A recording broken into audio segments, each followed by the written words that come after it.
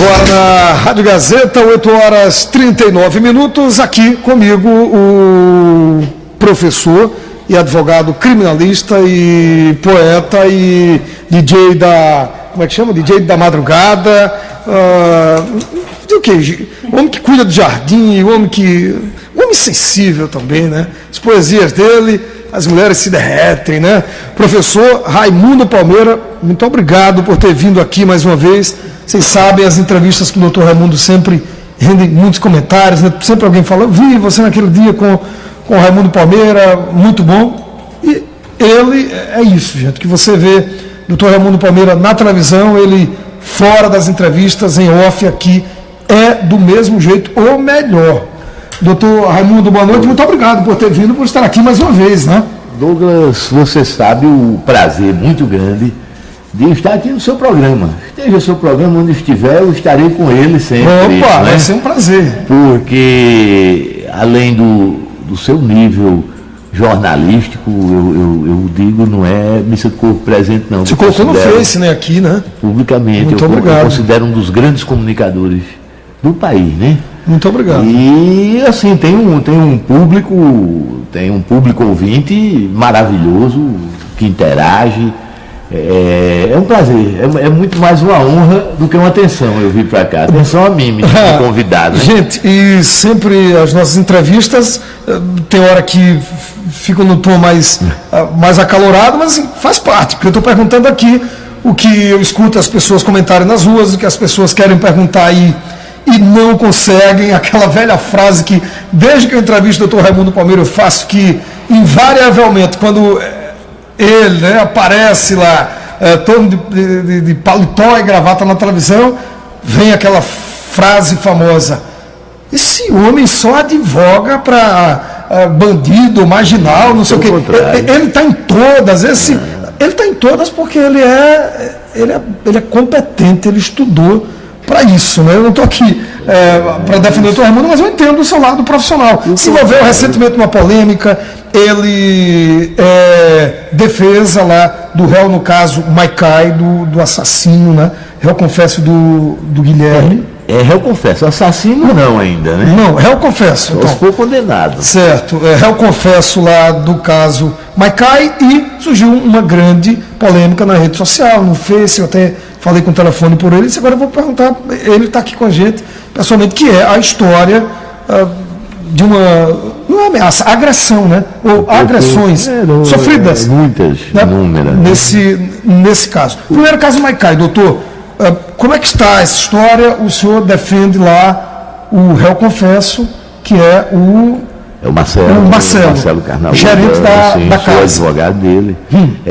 Se você me permite, Douglas, como introito aqui a nossa conversa, primeiro, eu não sou advogado de bandido, eu não só defendo bandidos. Pelo contrário, pelo número de absolvições que nós temos, eu acho que eu já defendi na minha vida muito mais inocentes do que culpados. Porque normalmente o caso, quando ganha a repercussão pública, aí a opinião, não é ainda a opinião pública, a opinião popular, aquela primeira que se cria, ela já prejulga e condena todos os réus. Mas nós temos inúmeros casos de erros judiciários, né?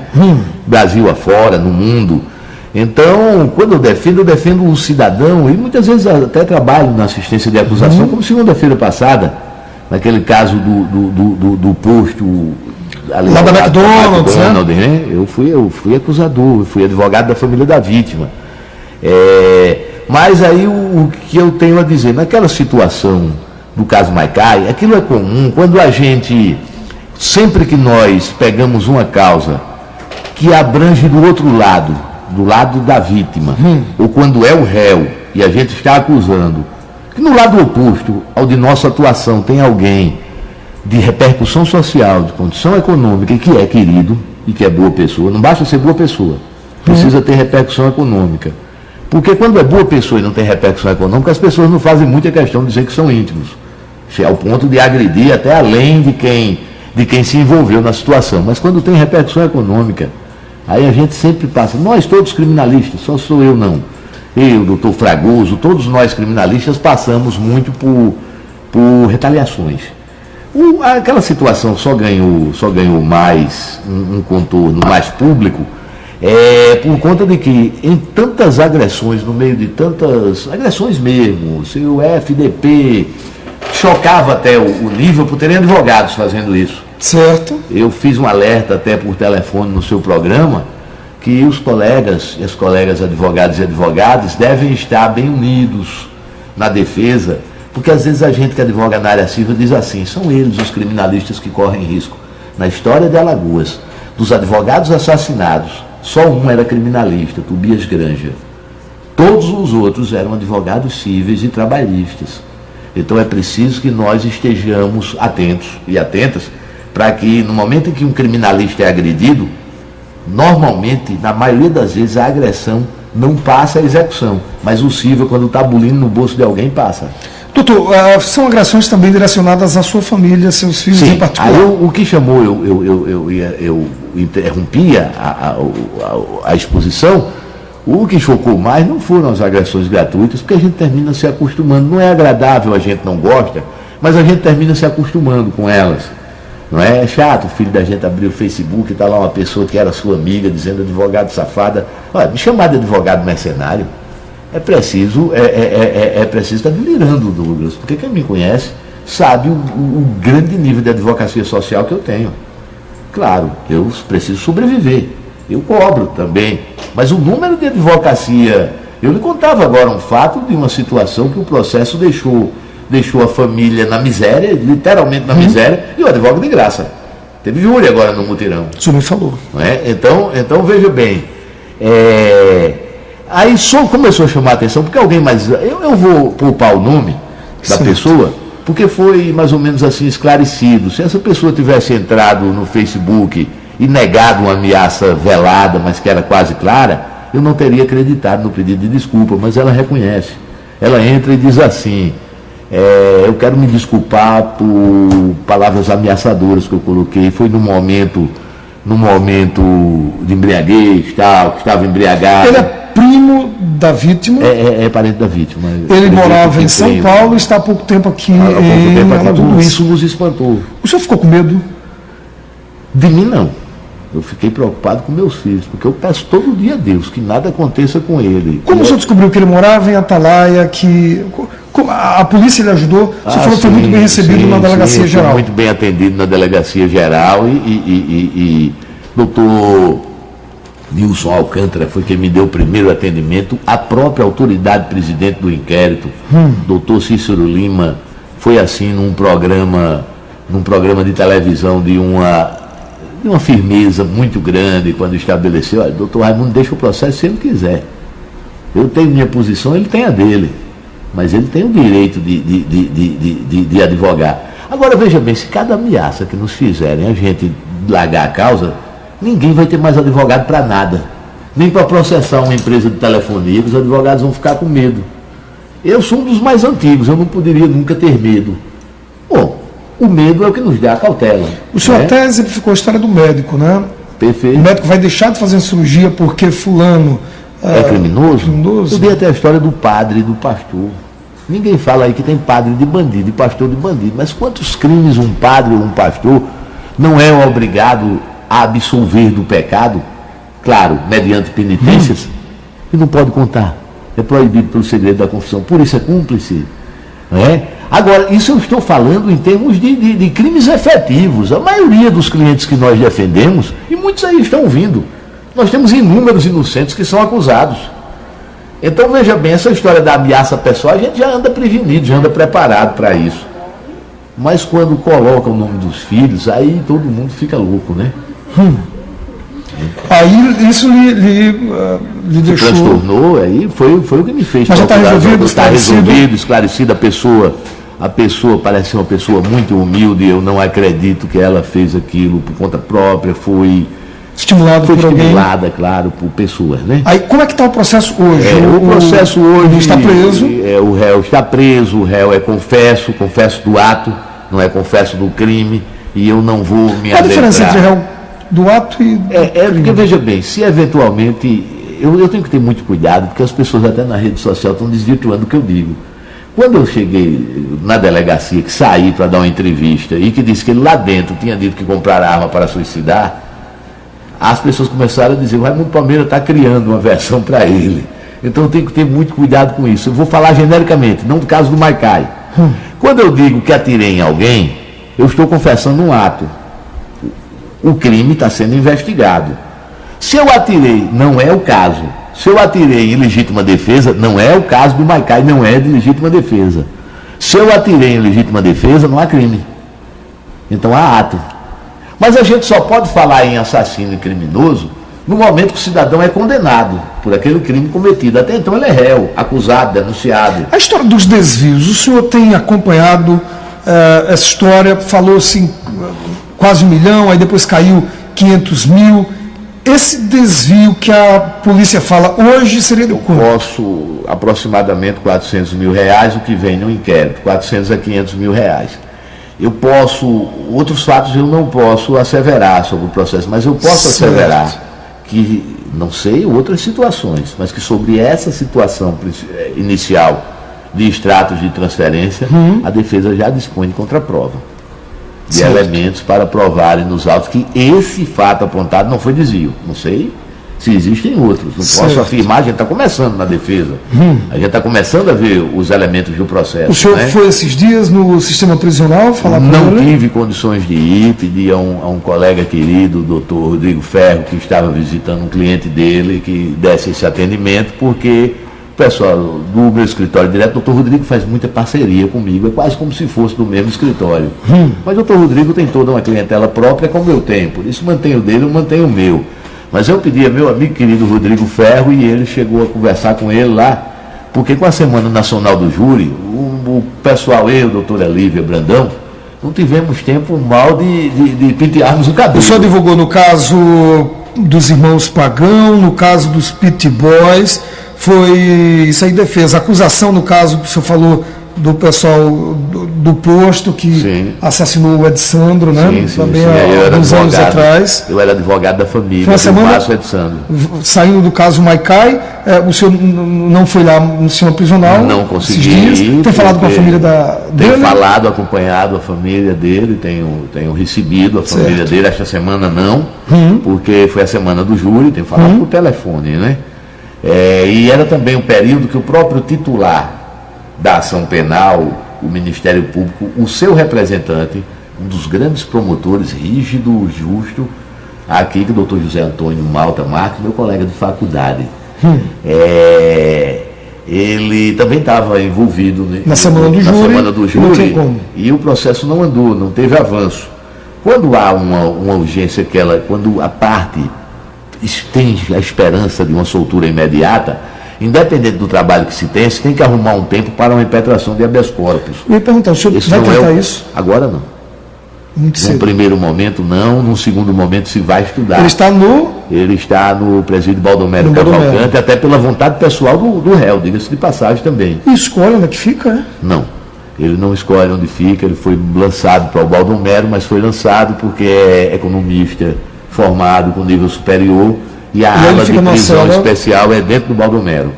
É uma cela igual a todas as outras, sem regalias, que às vezes um convívio diferenciado. Mas um convívio diferenciado, porque ali só tem pessoas de nível superior. É onde está o Talvanes, médico, é onde tem advogado, tem pessoas de nível superior.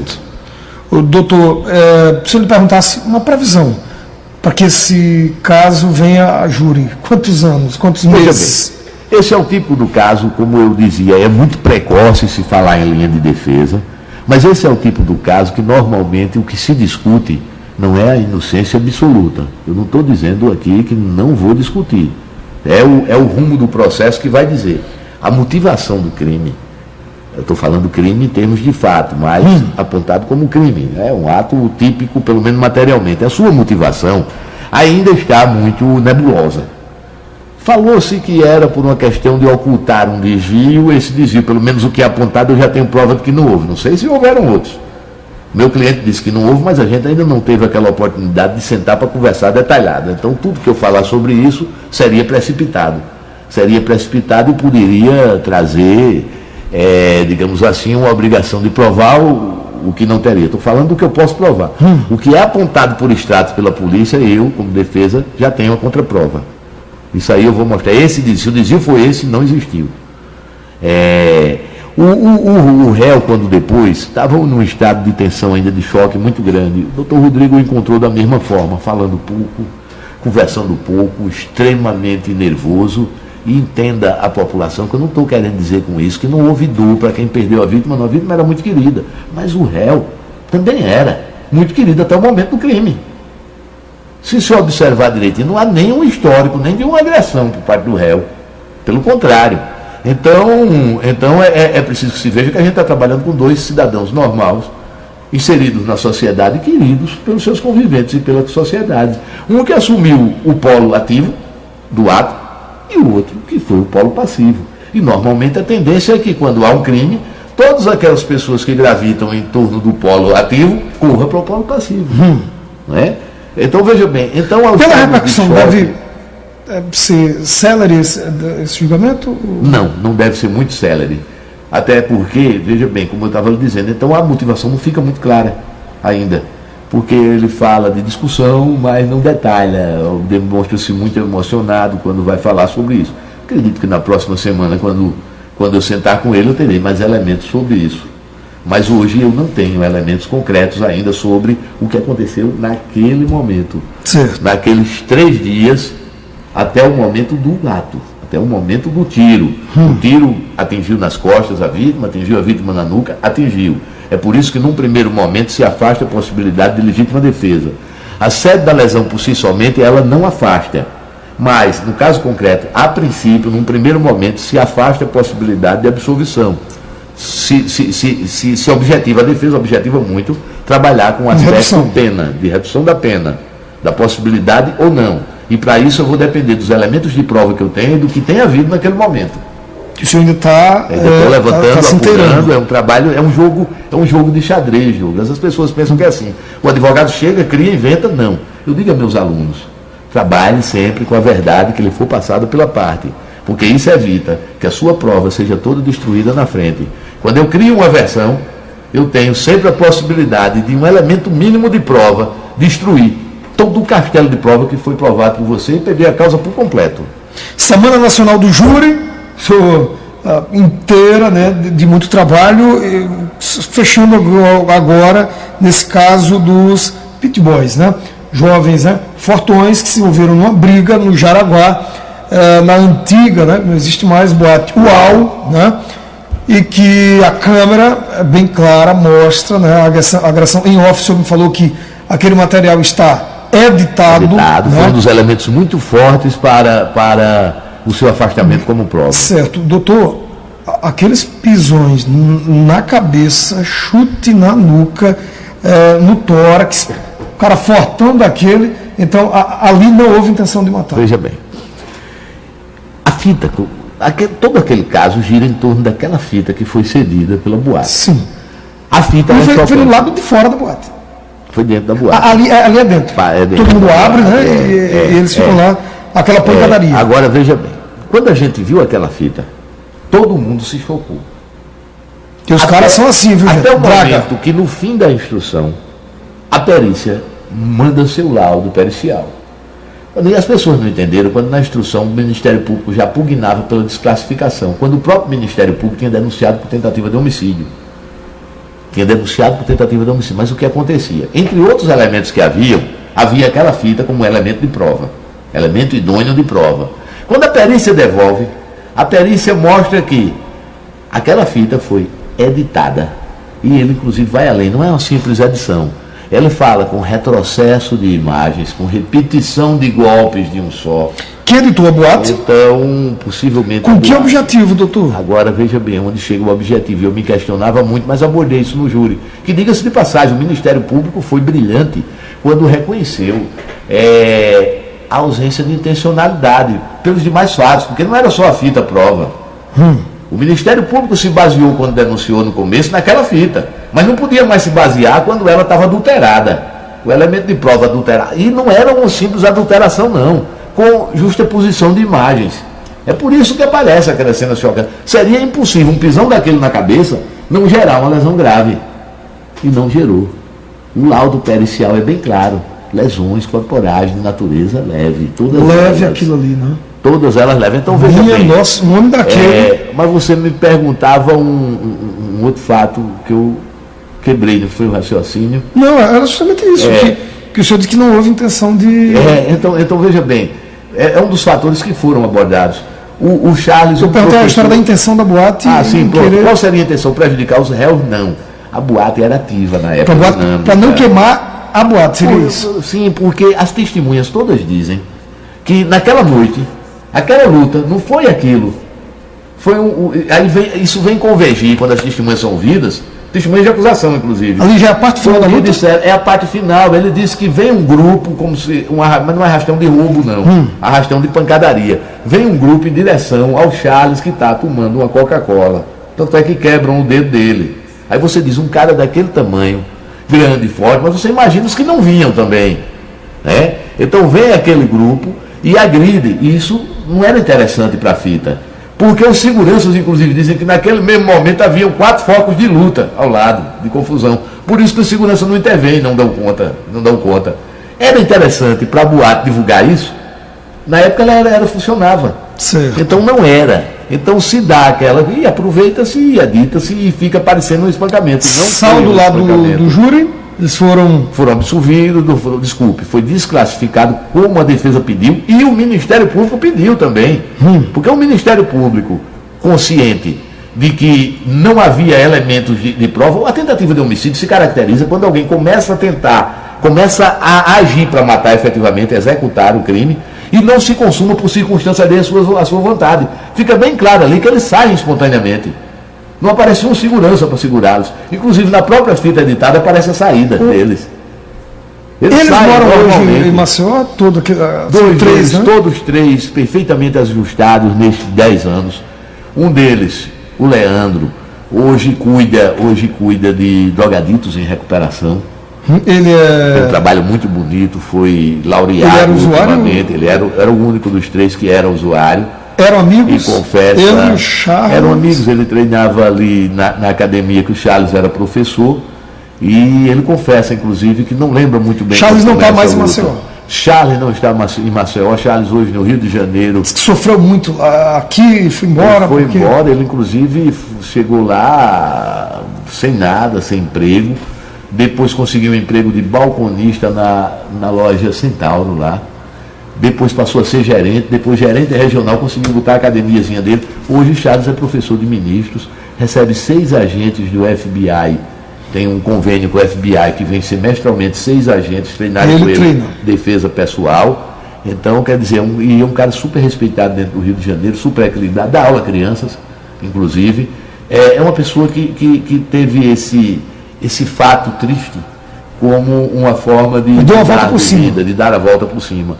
O Paulo é o que mais sofreu de todos. O Paulo Henrique quase não aparece na fita, aparece uma hora patando a briga. Sofreu muito. Sofreu demais, teve dificuldade de se reajustar, vendo a possibilidade da prisão. A vítima estava lá no dia? Não, a vítima teve um outro problema meses depois e foi assassinada. Que já foram outras pessoas, também em outra boate. Eu lembro dessa história. É outro fator que a gente não vai tocar aqui para não tem nada a ver. Com relação ao Paulo, voltando à história dele, o Paulo hoje tem um hotel.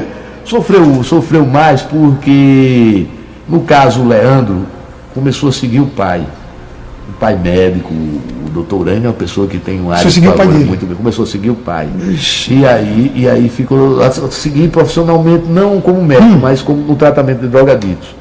E aí ele ou seja, teve a mão para se ajustar.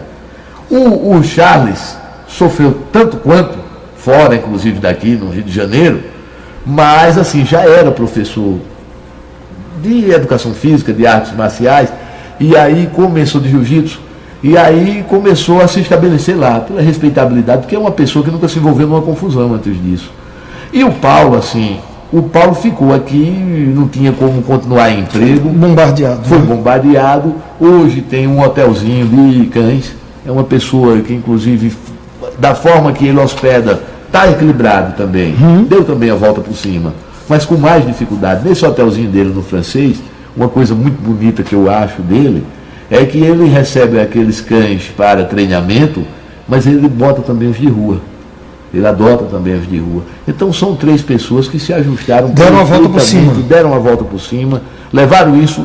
O Ministério Público, além de considerar a ausência completa de provas do ânimo de matar, da intenção de matar, considerou também a vida atual dessas pessoas. Fechando semana do júri, o Júnior Pagão. O Júnior e o outro irmão, foram dois. Jorge Pagão. Foram 2 a julgamento ontem. E foram absolvidos, mas permanecem presos porque eles têm mais quantos crimes? Eles foram acusados de 8 delitos, tudo por conta dos depoimentos de uma testemunha por ouvir dizer. Quantos? 8? 8 delitos, 8 crimes.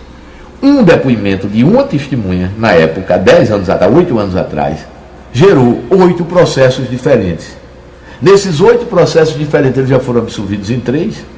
Faltam? Foram condenados em 2. Não são 8, são 7. Foram condenados em 2, tem um a nível de recurso e falta um julgamento. Estão há 8 anos presos. No Brasil, isso significa, para a época deles, que era de 1/6, significa estar cumprindo uma pena 3 vezes 8, 24, de 48 anos já. Fora. Continuam presos aguardando o julgamento. Presos aguardando o julgamento, porque quando é solto por um, continua preso por outro. Era a família que eu lhe falava, uma família mais ou menos equilibrada. Júnior, vereador, perderam tudo com esse processo. Tudo, começaram a se equilibrar por favor de outras pessoas. Eu me pergunto, ontem o Ministério Público pediu absolvição também, até ontem. Pediu absolvição. E assim, esse brilho, essa coragem que o Ministério Público teve nessa Semana Nacional do Tribunal do Júri é elogiável. Porque da forma que bateram pesado naqueles que entendiam que deveriam ser condenados, eles tiveram a hombridade, a dignidade de serem efetivos fiscais da lei, onde não tinha prova, pediram absolvição. Não foi nos meus processos, não, em todos. Todos aqueles que não tinham prova. Então, promotores como o doutor Antônio Luiz, como o Zé Antônio e principalmente o doutor Marco Mozinho. O doutor Marcos deu uma aula no caso da família Pagão. Deu um show, uma aula, mostrando o porquê que não costuma pedir absolvição, ia pedir ali. É uma testemunha que diz que ouviu dizer que seu Jorge Júnior e os outros 2 réus, 2 coitados, 2 pobres de Deus, os outros 2 réus, que ainda passaram 3 anos presos, ouviram dizer, a testemunha, que eles teriam matado um menor. Naquela época que o doutor Marcílio era delegado lá. Era o delegado de lá, coincidentemente, eu não quero insinuar nada, apesar dos réus afirmarem depoimento, mas coincidentemente essa testemunha aparece lá depois que Júnior Pagão faz uma crítica muito séria à polícia local. Eu não estou afirmando nada. Eu estou passando o que está no processo. Doutor, nós estamos falando... Até porque eu sou menino barento também. Isso. Nós estamos falando de julgamentos de crimes que aconteceram. Há 10 anos, outro há 8, outro no caso do Edsandro, também, acho que uma década ou mais. O caso da médica, da doutora. O caso da médica, 15 anos. Eu fui advogado. Porque se demora, o senhor participou da instrução. Fui advogado. Ela foi absolvida por 4-3, mas o Ministério Público recorreu. Eu, doutor Duvaldo Persiano, fomos advogados. A gente fala de mais de uma década para se julgar um crime. Agora, quando isso vai mudar no país? Ou não tem jeito? Estamos fadados a isso, doutor? Tem jeito e não precisa mudar a lei. Precisa o quê? E não precisa mudar a lei. Precisa se mudar a estrutura do judiciário. E justiça seja feita. Nenhum desses processos demorou tanto em culpa do judiciário alagoano. Foi a dívida de recursos lá em cima. Quando se demora muito, há aquela história, é mito ou é verdade, de que quanto mais se demora, beneficia o réu? Às vezes, no caso do... Cai no esquecimento, o apelo popular diminui, a mídia esquece, a gente aqui trata como laranja chupada e vai embora. No caso da família Pagão, se esses processos tivessem sido julgados na época, com essas absolvições, eles não estariam. Acredito que não. Tu acha que serão absolvidos também? A sociedade de Rio Largo sabia da história. As condenações que ele teve foi aqui em Maceió, depois de um desaforamento, onde não conheciam os fatos. Então, no caso deles, eles passaram os 8 anos presos. Agora, é preciso que eu diga também o seguinte. Claro, eu não vou generalizar, não vou dizer 100%, mas a maioria deles, por exemplo, doutora Tânia, essa demora foi toda nos tribunais superiores. Recorre de um lado, recorre do outro. Então, veja bem, o que é que acontece nos tribunais superiores? Má vontade de julgar? Não. Número de ministros pequeno para todo o Brasil.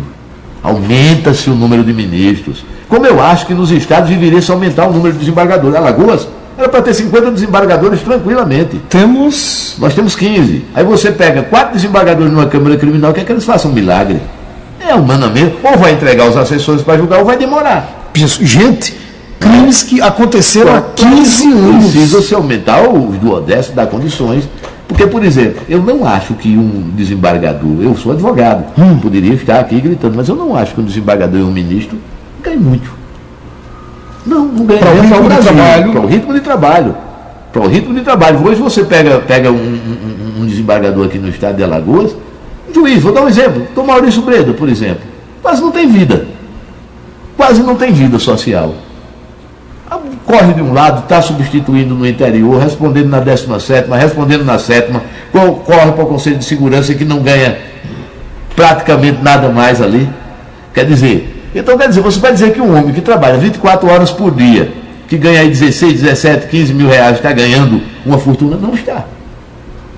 Está para o Brasil, mas não está para a condição de trabalho. Está para o Brasil que as pessoas morrem de fome. Mas eu digo assim, não é um salário nababesco. Quanto é que a gente paga num terno, o Douglas? Quanto é que se paga num livro de direito? Tanto que tem grandes advogados, né, que passariam num concurso para juiz e preferem a advocacia. Muitos deles por ser muito mais rentável. Não, perfeito. Então o que é que eu bato nisso? Então, por exemplo, é desumano você querer que uma... E tem agilizado. Por exemplo, o exemplo que eu dei do Dr. Maurício Breda é dos juízes mais ágeis. Ele, o Dr. Geraldo, o Dr. Silas, hoje afastado por uma cirurgia, os 3 juízes do Tribunal do Júri são dos mais ágeis que a gente tem. E tem muito processo. Mas você chega a uma Câmara Criminal, por exemplo, com 4 desembargadores para cuidar do Estado todinho. Não dá, né? Não dá. Você pega 2 turmas no STJ, 2 turmas, as especializadas, né, em crime. O processo do Brasil inteiro? O processo do Brasil inteiro não tem como exigir. É aumentar o número de desembargadores, o número de ministros. Os estados chiam. O Poder Executivo Federal chia nesse sentido, mas gasta com outras coisas, né? Doutor, o senhor pode continuar com a gente aqui no estúdio? Sim. Eu vou rapidinho ao intervalo comercial, estou atrasado. Na sequência, vamos falar com o doutor Raimundo Palmeira, 2 temas que eu estou vendo aqui. A história da maioridade penal, né? A gente já falou uma vez, mas agora está em voga, agora estão querendo rever essa história, e também a história do tráfico humano, tráfico de pessoas, que é o tema da campanha da fraternidade. O que ele pensa, o que ele acha, logo após o intervalo comercial. Vem na Rádio Gazeta, 9h21, de volta com o advogado, criminalista, professor Raimundo Palmeira. Doutor Raimundo Palmeira, todo mundo conhece, advogado aí, né, de grandes casos, né, professor da Universidade Federal de Alagoas, e essa semana de grande trabalho com a Semana Nacional do Júri. Falando sobre a Semana Nacional do Júri, foi uma semana proveitosa, né, doutor? Muito proveitosa. Deve se repetir? Acredito que se repita. Vejam bem, grande parte dos processos mais antigos conseguiram ir a julgamento, tiveram condenações, absolvições. O resultado mais ou menos equilibrado, não tenho os dados concretos, mas pelo que eu vi no fórum, parece-me que foi pá a pá. Eu estou lhe falando pelo que eu vi em corredores de fora. Eu não parei para ver as estatísticas do tribunal, mas parece-me que foi média de 54%, 60% a 40% de condenações a 55%. Mostrou um equilíbrio muito grande, coisa que não se via há muito tempo. Então, em todo o país, tipo Alagoas, teve Maceió, Arapiraca, União dos Palmares. Perfeito. Então eu estou falando dos resultados de Maceió, pelo que eu senti nos corredores do fórum. Eu acho que ficou mais ou menos equilibrado, em torno de 10% para um, 10% para outro. Acredito que, a essas alturas o tribunal já tem as estatísticas completas, mas eu não acessei. Muito bom, muito bem organizado. O senhor esteve lá quase todos os dias, Quase todos os dias. Eu só não tive na terça-feira, júri lá, eu tive uma audiência na Justiça Federal que foi até às 20 horas. Nossa. A semana foi pesada. Agora o senhor está aqui com a gente. Eu e a doutora Lívia Brandão, inclusive requisitamos o doutor Rodrigo Ferro, não tinha julgamento nessa sessão, a gente requisitou a ajuda dele também. Ele foi lá. Buscar também para ajudar. Doutor, antes do bloco comercial, eu deixei o assunto da maioridade penal e também do tráfico de pessoas, que é o tema da campanha da fraternidade. Sobre a maioridade penal, né? Senadores voltaram a debater esse projeto da maioridade penal. Teve uma grande polêmica, né? Gerou uma grande repercussão, após ser rejeitado pelos próprios senadores o projeto de maioridade penal, que seria a queda de 2 anos, né? Em vez da maioridade ser com 18, cair para 16 para jovens infratores sofrerem, então, punições como se fossem adultos, pessoas adultas. O presidente do Senado, o alagoano Renan Calheiros, juntou líderes no sentido de colocar em pauta de novo a PEC 33/12, referente à queda na maioridade penal. A motivação seria, né, para que os senadores voltassem a discutir a proposta que se encontra na notícia de que um jovem matou a namorada de 14 anos em Brasília, veio à tona por causa dessa história. Com um detalhe, só para acrescentar, né, o menor estava prestes a completar 18 anos de idade. Acho que 2 dias depois ele completaria 18 anos. E quando acontece um crime desse que choca, volta à tona a história da maioridade penal. O senhor já me falou aqui diversas vezes é contra, e eu vou perguntar de novo, por quê e que ideia o senhor traria para essa história da maioridade penal? Douglas, veja como uma coisa ganha tanta conotação. A minha esposa é arquiteta, Marineide. Eu discutia hoje com Mari no carro isso, porque ela é completamente favorável à redução, diz que não entende porque eu sou contra. Se você me permitisse eu complementar, abrir só um parênteses para complementar aquela avaliação da semana do júri, para a gente voltar à maioridade penal, eu queria registrar, por uma questão de justiça, já registrei no primeiro bloco a atuação dos promotores de justiça com a responsabilidade de não pedirem condenação injusta nessa semana do júri. O avanço que nós tivemos em termos democráticos, de liberdade, de se ter uma situação equilibrada, a gente vinha tendo na capital 90% de condenações. Para se pronunciar alguém mandar júri, só precisa ter indícios de autoria, não precisa ter prova. Isso era um resultado preocupante. Acredito que isso é o reflexo de que os juízes, presidentes do Tribunal do Júri, mexeram no Conselho de Sentença, e hoje a gente tem uma maior representatividade da sociedade, pessoas mais maduras também. Eu digo muito que o ato de julgar é mais um ato de conhecimento de vida do que de entender direito, de bem julgar. E queria registrar aqui, assim, complementando o elogio, aqui as visitas diárias do desembargador Alcides, do desembargador Otávio Praxedes, esteve diariamente junto com o desembargador Alcides e a presidente da Associação de Magistrados, acompanhando cada julgamento, indo a cada. O doutor Sérgio Jucá fez júri, o procurador-geral de Justiça. Nunca tinha acontecido isso. O procurador fazer júri, fez júri. Parabéns também à Procuradoria de Justiça e aqueles juízes mais jovens já com experiência aqui, mais jovens. Eu fiquei encantado com aqueles que eu vi trabalhar, doutor João Paulo, eu trabalhei... Doutora Lorena deu um show de imparcialidade, doutora Lorena Sotomayor, eu assim saí apaixonado pelo estilo dela. O estilo com justiça foi, pelo menos no meu julgamento, ela deu um show de imparcialidade. E o doutor Diego, bem jovem em termos de idade, também mostrou uma maturidade até no momento de intervir. Os mais tradicionais, a gente tem sempre elogiado, como, infelizmente, o doutor John Silas, que é um marco aqui, está afastado por uma cirurgia, mas doutor Maurício Breda e doutor Geraldo Amorim. Doutor Geraldo Amorim carregou assim nas costas a semana de júri, a Semana Nacional do Júri, na organização.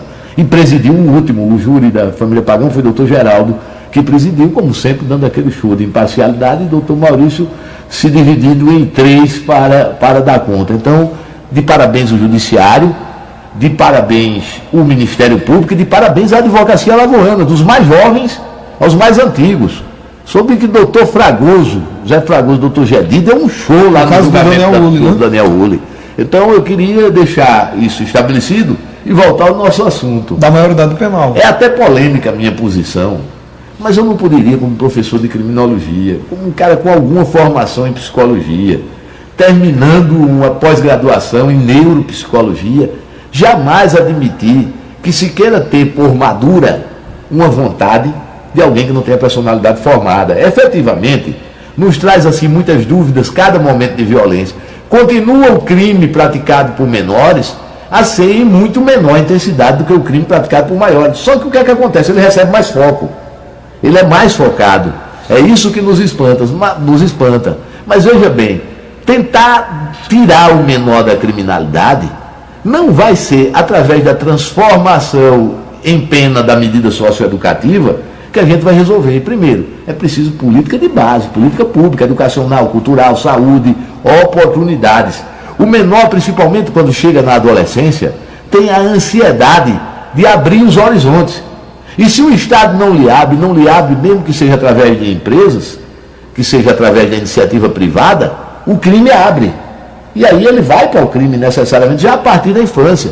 Dizer que o menor de 16 anos não sabe o que faz, eu estaria mentindo. Mas a menor de 13 e de 12 que vai fazer sexo com alguém, também sabe o que faz. O problema é que eles não têm a maturidade, é o amadurecimento que não é, que é contemplado pela lei. Mas não adianta nós termos uma lei avançada como o ECA, é uma lei para primeiro mundo, se nós não temos CRMs estruturados. Quando o menor ou o adolescente chega no CRM, que não deveria nem chegar porque o Estado devia intervir antes do crime, mas quando ele já chega, ele já está contaminado. É uma linguagem simbólica, que não é um vírus, mas pelo vírus, digamos assim, da violência, do crime. E aí ele vai ser recebido com mais violência. E quando ele é recebido com mais violência, a mensagem que se lhe passa, vejam o perigo de uma personalidade de formação é: eu sou mais forte, você vai me respeitar porque eu sou mais forte. Quando ele sair, ele vai continuar sem a oportunidade de crescer e vai querer ser mais forte. Reproduzir tudo aquilo. Reproduzir tudo aquilo de uma forma mais aperfeiçoada. Aí hoje o que é que se quer? Além dessa violência, que a violência existe nos presídios. Olha, existem notícias aqui eu não estou afirmando, eu não vi, mas existem notícias de que existem sistemas prisionais, como o do Agreste, que se está abrindo a água uma vez por dia, e o preso tem que encher uma garrafa PET, e se perder aquele horário, vai ficar com sede. Isso é tortura. Aí a Comissão Nacional, Internacional de Direitos Humanos, fiscalizar isso aí. Segundo lugar, raspar a cabeça de preso à força é lesão corporal. Todo ato de lesão corporal é tortura. Não falar, a regra do presídio é isso, tem que ser seguida. Sim, a regra do presídio é isso, é uma regra que vai de encontro à Constituição. Não pode, então. Não pode. Se dizer que é questão de vestir a roupa. Não. A questão da farda é polêmica. A questão da farda é polêmica. Dentro do presídio eu sou favorável. Mas fora do presídio há estigmatização. Quando um réu vai para uma audiência fardado de preso, ele está estigmatizado como criminoso, mesmo que seja inocente. Voltando à história do Maicai, o seu cliente foi com aquela roupa vermelha. Mas foi porque eu não tive tempo de intervir. Eu já fui avisado pela família, eu estava em negociação em cima da hora. Mas cliente meu nenhum sai estigmatizado de bandido. Sai marcado como bandido, porque é aquilo que se faz. E há um outro fator. A triagem existe na lei de execuções, não é para sofrimento. A triagem existe que os cidadãos ficariam fora do convívio, observados por especialistas, psicólogos, para se colocar em cada pavilhão, em cada ala, pessoas com um nível... perfis parecidos, para evitar choque. A triagem no Brasil e em Alagoas é objeto de tortura. Se coloca vários cidadãos dentro de uma cela e deixam lá amontoados sem terem visita, sem observação técnica nenhuma. Até porque você não tem como tecnicamente observar pessoas amontoadas numa sala que já foram recebidos com a linguagem de violência, cabeça raspada. Isso é lesão corporal. Arrancar um cabelo de outro sem querer é lesão corporal. Então, está aqui, fica aqui o que eu estou passando, para que o próprio sistema estatal reavalie a situação. Vamos dar emprego para os psicólogos aí, para começarem a trabalhar com avaliação de personalidade. Você vai ver, Douglas, como vai mudar a situação. E a questão do CRM, então. Então você vai tirar ele de um CRM, de um centro ressocializador, entre aspas, ressocializador. Eu chamaria de CDM, Centro Dissocializador de Menor e Adolescente. Era melhor a gente chamar de CDM, porque ele não está nem socializado ainda, está formando a personalidade. Você não vai falar em ressocializar. Quando eu destruo a personalidade dele com mais linguagem de violência, eu dissocializo. Até 21 anos, a mentalidade da psicologia diz o quê? Diz que até os 18 anos você tem a formação ainda da personalidade. Mas dos 18, em média, tudo isso é em média, né? Mas em média até os 21, você tem o adulto jovem, que está sedimentando, está alicerçando aquela personalidade recém-formada. A medida ressocializadora, a medida socioeducativa, ela pode ir somente até os 21. Depois dos 18, o indivíduo já era penado, já recebe pena. Mas se receber esse rapaz aí, 2 meses antes dos 18 anos, ele pode ficar lá internado até os 21 somente. Eu, particularmente, mexeria aí. Mas, claro, reestruturando, porque senão não vai servir de nada. É melhor até botar no presídio mesmo, do que o que está acontecendo nos centros ressocializadores. Mas você mexendo na estrutura, eu estabeleceria o quê? Tudo bem, você fica até 21, que é o adulto jovem. Mas aí, nos crimes graves, até os 25 fica em observação, que é o começo da idade madura propriamente dita, já estabelecida. Fica com a tornozeleira, quando o crime for grave. Fica monitorado. Então, efetivamente, precisa se mexer, mas eu não acho que o caminho é simplesmente reduzir a menoridade penal, a maioridade penal, e se sacudir a vala comum do cárcere, onde vão encontrar professores de vida desregrada, e aí a personalidade vai acabar de se formar de uma forma muito pior, mas muito mais drástica para a sociedade. Até porque o crime, jamais se vai acabar o crime. Conversávamos aqui em off, no intervalo, eu digo muito nas minhas aulas, que a sociedade já nasceu a partir de um crime, a humanidade. Quando a gente vai para a mitologia bíblica, ela nasce como? Do crime do Adão e Eva. O crime de desobediência à autoridade maior, não é? Que vão lá e provam da árvore envenenada. Ah, mas vamos ver se depois há a recuperação. Segunda geração, o pior crime que tem, homicídio, Caim mata Abel. Então já está na natureza humana, faz parte da natureza animal do ser humano, do aspecto animal. O que nós temos que fazer é começar a podar, e a gente só poda com políticas públicas de base. Não estou dizendo com isso, e não me venham com aquelas balelas, aquelas histórias. Ah, se fosse seu irmão, se fosse seu filho, se fosse meu irmão, meu filho, eu queria matar até um bebê de 10 anos que fizesse alguma coisa com ele, uma criança. Agora, o Estado não tem filho, não tem irmão, não tem pai. O Estado existe e seus funcionários, seus representantes são pagos para pensarem por a gente. Doutor, então, se eu lhe perguntasse, o senhor é contra mais a redução da maioridade? Sou contra. Mas traria... Da forma que está também não dá certo. Certo. Da forma que está, não vai alterar nada. Você só vai submeter ao cárcere. Superlotar mais ainda e dar o material que o psicopata que está lá dentro precisa. Os liderados. Vai entregar a ele lá. Ah, mas vamos ter um presídio só para menor. Então deixa no CRM, do jeito que está. Tráfico de pessoas é o tema da campanha da Fraternidade esse ano. É um crime absurdo. Absurdo. Né? Absurdo. O que seria o tráfico de pessoas? É um crime contra a própria natureza humana. Eu trouxe aqui até a definição do tráfico de pessoas. Que seria? Da ONU. O protocolo de Palermo, de 2003, ele diz: é o recrutamento, transporte, a transferência, o alojamento ou acolhimento de pessoas, recorrendo-se à ameaça, ou ao uso de força, ou a outras formas de coação, ou a situação de vulnerabilidade, repara como generaliza, ou a entrega ou aceitação de pagamentos em benefício para obter o consentimento de uma pessoa que tem autoridade sobre outra para fins de exploração. Então, o tráfico de pessoas... Essa definição da ONU, pelo protocolo de Palermo. Então, o tráfico de pessoas, ele é punido em vários dispositivos. Por exemplo, o artigo 231, 231A, a gente trabalha com o que se chamava antigamente de tráfico de escravas brancas, tráfico de pessoas para fim de exploração sexual. Condição análoga de escravo, a gente vai com o artigo 149 do Código Penal, e assim vai. Então, hoje, se você observar, o ser humano vai se tornando coisificado pela pouca condição. Aí, ou vai virar bandido, ou vai ser objeto do tráfico de pessoas. A prostituição não é crime, mas a exploração à prostituição é crime. Vender o próprio corpo não é crime, mas explorar alguém que precisa vender o próprio corpo é crime. Então o crime vai ser a cafetinagem, vai ser o proxeneta. O tráfico está mais ligado a essa questão de gênero. Tem a questão feminina que é... Na questão feminina é muito ligado à questão da prostituição forçada. Internacional e nacional. Existe o tráfico de pessoas internacional e A nacional. novela retratou há um ano e meio o internacional. Mas existe também o tráfico para outros fins, por exemplo. Doutor, o trabalho escravo. Quem se mete naquilo não sabe que... A vítima... Sim. Olha, os órgãos públicos têm traçado o perfil de vítimas. Eles recrutam as vítimas normalmente dentre as pessoas mais vulneráveis. Ninguém é besta. Eu vou te levar para tal lugar para fazer o quê? Eu vou sobreviver como? Eu vou pagar minhas contas como? Mas o traficante ou aquele que o ajuda normalmente é envolvente.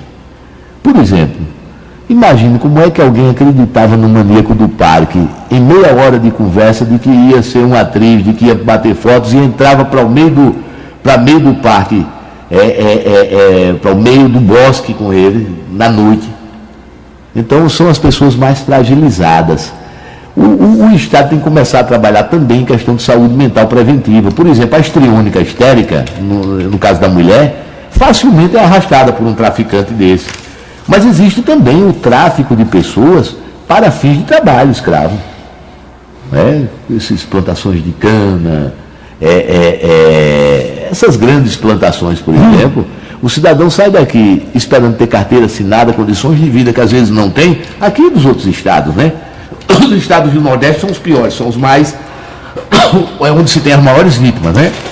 Pelas nossas condições de maior dificuldade. Então eles saem na esperança e chegam lá, são escravizados. É um crime hediondo. Crime hediondo, normalmente inafiançável. Inafiançável, normalmente praticados por grupos, quadrilhas. Fortes. Grupos fortes. Financeiramente lucram com fortes. isso, sim. Lucram com isso. Lucram com isso. O que caracteriza, de fato, o que caracteriza o tráfico humano? O que caracteriza o tráfico humano é o fato de subjugar a individualidade e a vontade da vítima.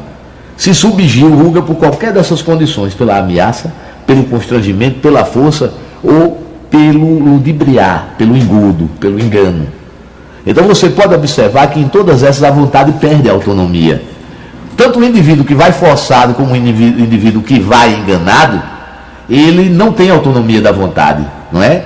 Ele se deixa abater, se deixa conduzir perante ou a astúcia ou a maior força do outro.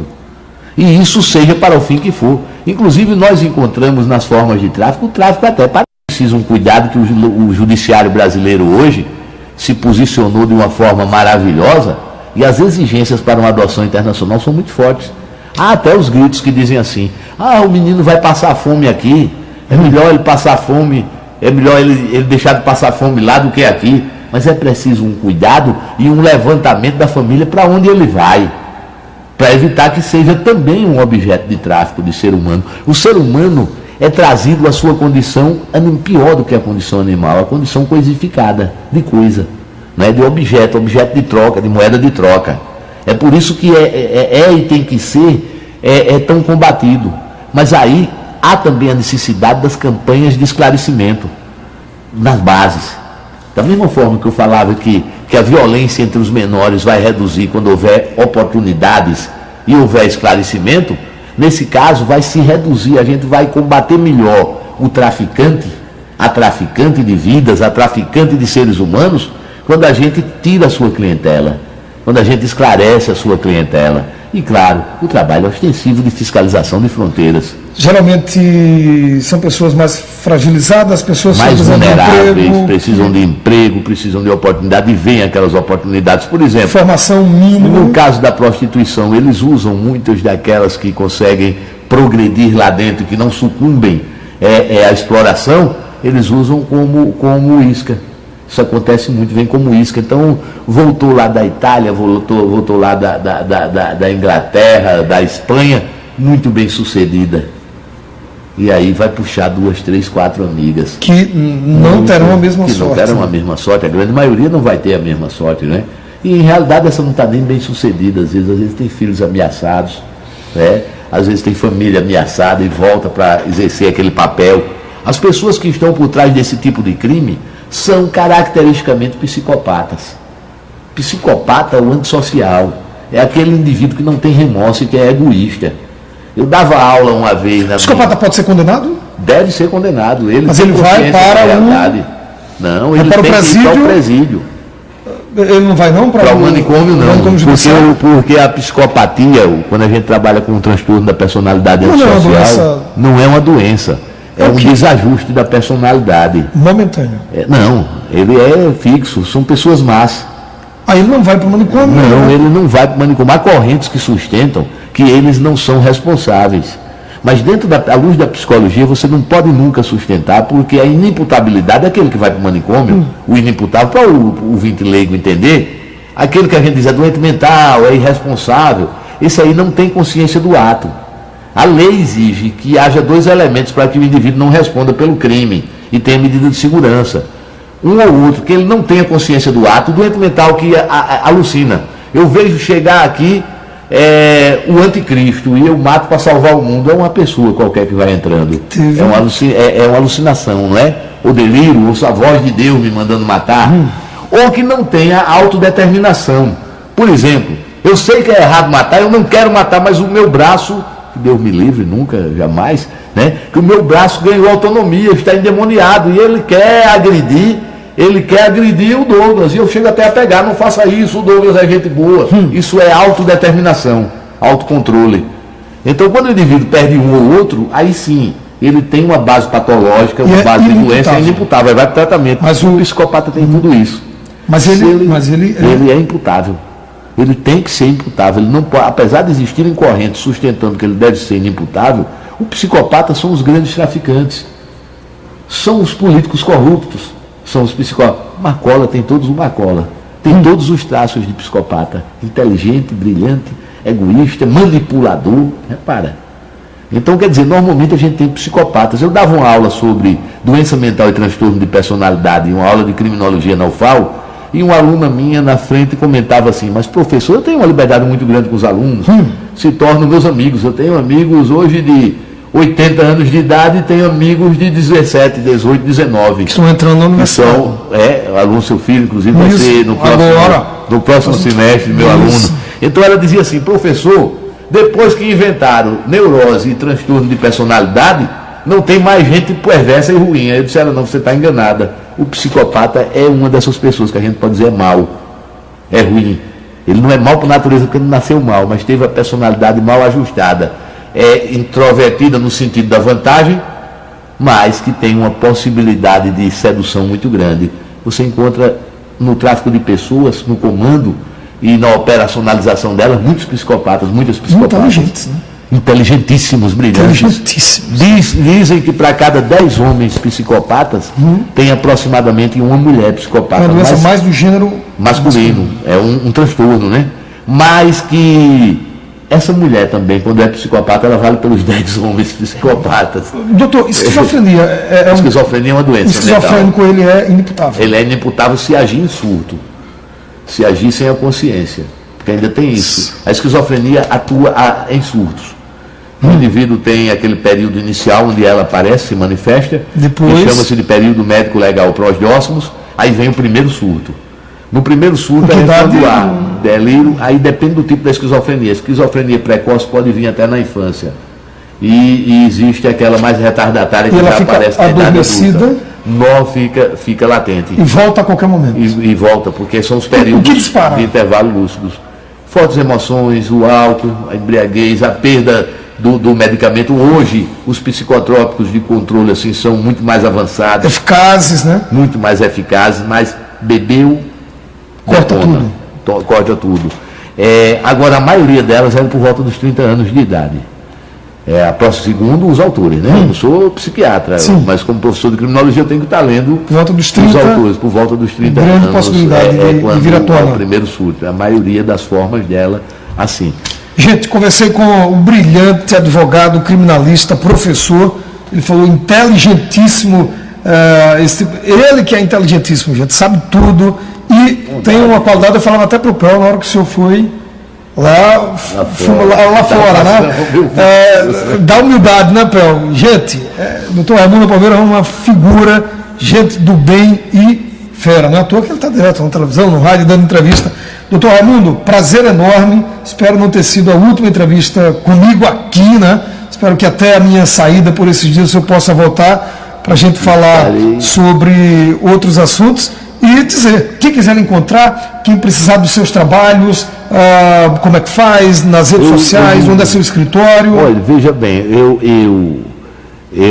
por uma questão do Estatuto da Ordem, eu não posso dar o meu endereço de escritório. Assim, até mas nas redes sociais a gente pode encontrar. Pode me encontrar nas redes sociais. Coloca aí, Raimundo Palmeira com independente de qualquer coisa. Uma das coisas que eu mais me orgulho é o número de amigos e amigas e seguidores que eu tenho nas redes sociais. Cada um considera um amigo igual aqueles amigos pessoais, aquelas amigas pessoais. Minha vida é responder consulta pelo inbox sem cobrar nada. Tem uma frase sua no Facebook, antiga, muito antiga, acho que está com uns 2 anos essa postagem, que o senhor colocou assim, não me peça para fazer por preço módico, preço vil. Não sei o que, a única coisa que isso aí eu sei fazer para sobreviver, né? O senhor parafraseou quem? Eu não sei o autor, eu vi isso no escritório de um colega. O senhor disse, isso aí é minha cara, vou usar. Também não tinha o autor. Eu até alterei ultimamente, quando estavam falando das causas antipáticas, eu estava dizendo assim, não é justo que você me impeça para não fazer a única coisa que eu sei fazer para ganhar o meu pão. Não é verdade? Então, o advogado é essa pessoa importante que vai estar ao seu lado no momento do seu maior desespero. E não é só réu, não, vítima também.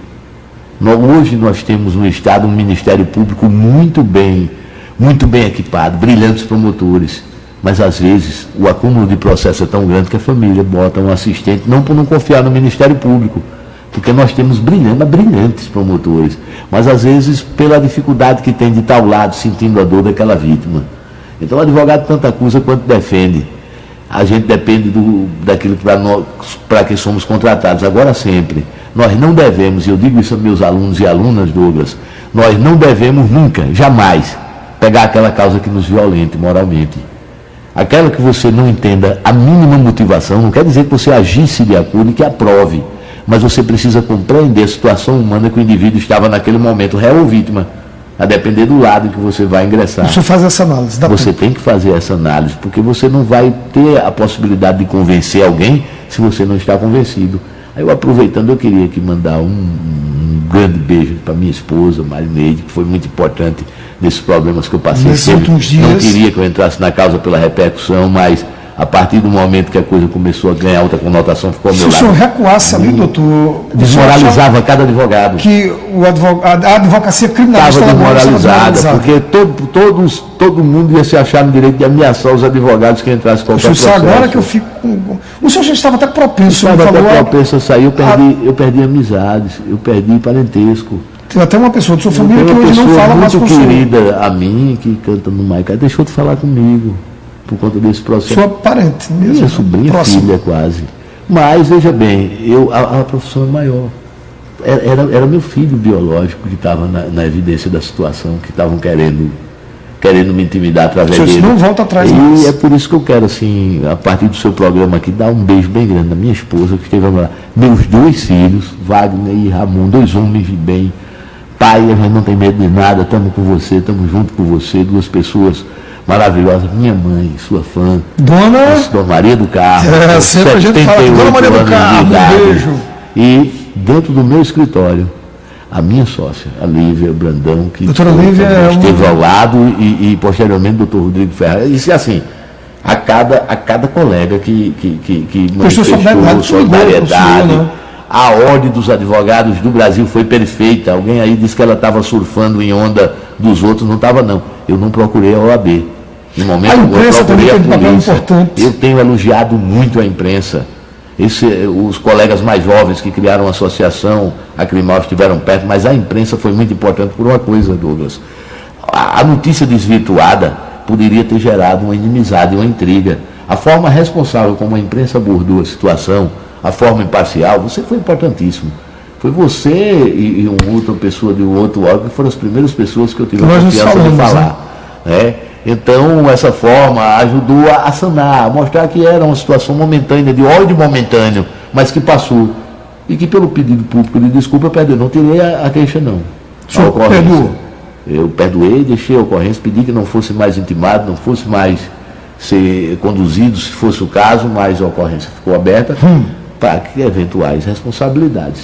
Doutor, eu estou vendo aqui uma frase que o senhor diz: a academia e a corrente russa eu não largo, mas não para ficar bonito, nem forte. A idade para isso já se foi, né? Apenas para não ser um velhinho derrubado demais.